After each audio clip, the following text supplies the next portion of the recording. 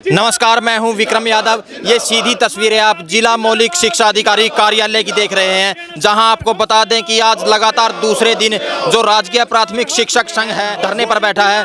उन धरने पर क्यों बैठे हैं? जो सरकारी स्कूलों में लगातार बच्चों की संख्या कम होती जा रही है, जिस कारण उन्होंने यहां धरने पर बैठना पड़ा। इसके अलावा भी उनकी कुछ मांगे हैं। आइए पूरी जानकारी के लिए बातचीत कर लेते हैं कि धरने का आज दूसरा दिन है, क्या कुछ कारण है, किस तरह से इन्होंने जिला मौलिक शिक्षा अधिकारी कार्यालय के बाहर धरने पर बैठना पड़ा। जी सर, नमस्कार जी। मैं बलवान छोत, पूर्व राजकीय प्राथमिक शिक्षक संघ का मंडल प्रधान जी।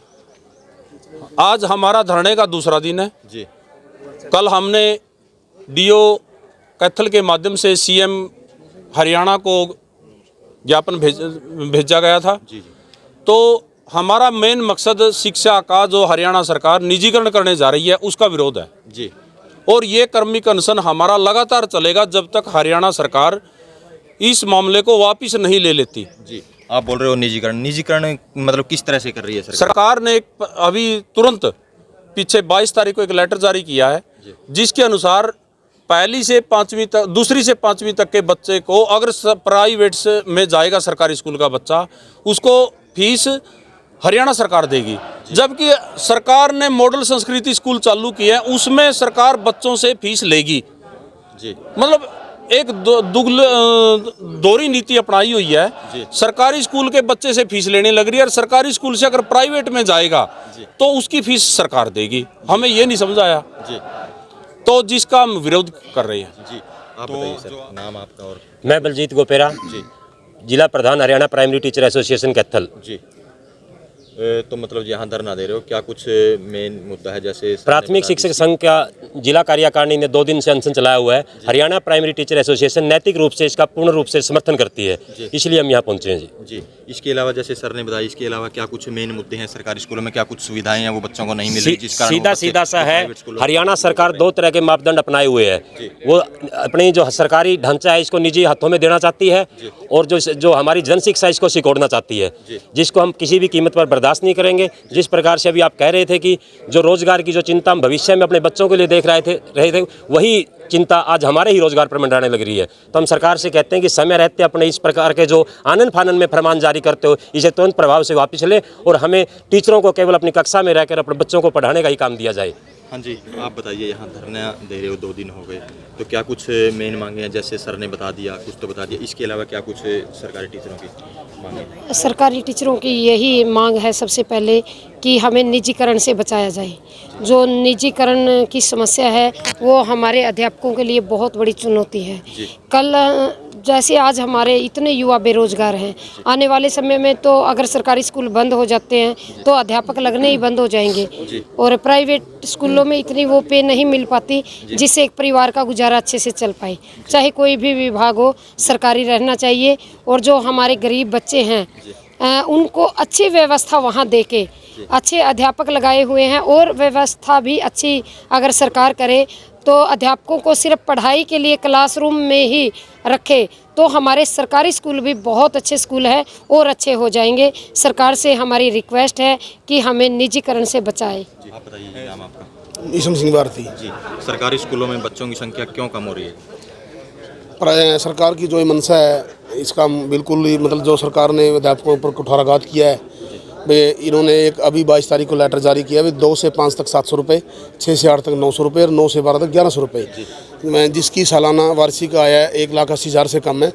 उसके बच्चे मतलब प्राइवेट स्कूल में जाएंगे, उसकी फ़ीस अदा सरकार करेगी। ये बिल्कुल सरासर गलत है, इसका हम कड़ा विरोध करेंगे और हमारा ये अनशन ऐसे ही जारी रहेगा। और हम बिल्कुल आज यह हमारा जिला मुख्यालय पर है, फिर हम इसको स्टेट लेवल पर भी ले जाएंगे जैसे आदेश आएंगे स्टेट के।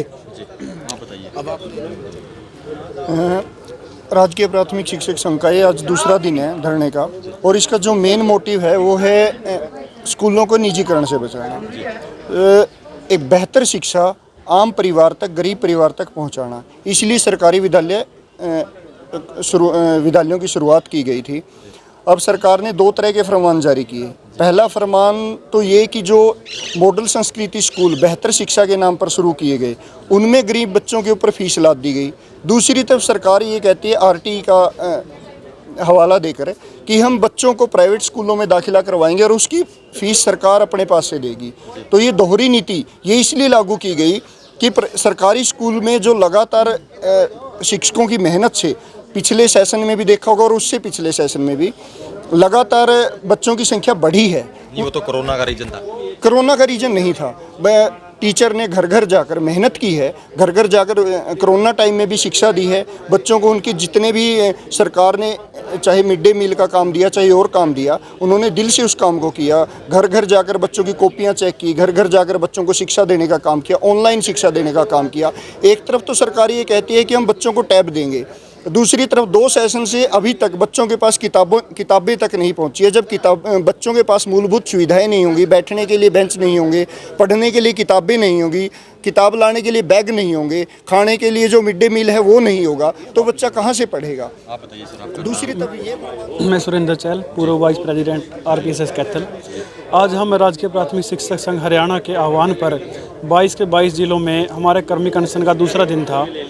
तो ये जो सरकार ने जो एक तुगलकी फरमान जारी किया है उसके खिलाफ हमारा ये कर्मी अनशन जारी है।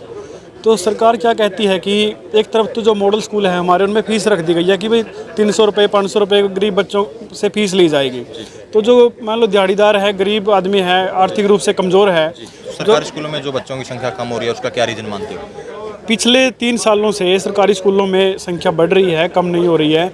जैसे कि अभी आप कह सकते हो कि जैसे कि पीछे आप बोलते हैं कि भाई कोरोना के कारण संख्या बढ़ी है, जैसे अभी आप बोल रहे थे, लेकिन ऐसा कुछ नहीं है कि जो पीछे संख्या बढ़ी थी अब की बार भी हो ज्यों की त्यों ऐसे की ऐसे है, संख्या में कोई कमी नहीं हुई है। फिर यहाँ मतलब आप धरना मेन मकसद यही है कि जो PPP के तहत जो 1,80,000 रुपये तक की आय वाले बच्चे हैं उनको सरकार प्राइवेट स्कूलों में भेज रही है, जिस कारण आपको बच्चे सरकारी स्कूलों में कम होने का डर है, इसी कारण आप धरने। बिल्कुल जी, इस वजह से एक तरफ से सरकार बोल रही है कि सर मतलब स्कूलों में बच्चे बढ़ाओ, पीछे क्या किया सरकार ने 134A के तहत जो हमारे अच्छे बच्चे थे बिना टेस्ट लिए उनको प्राइवेट स्कूलों में भेजने का काम किया कि हमारी छवि खराब करने के लिए भी इन स्कूलों का रिजल्ट खराब होगा।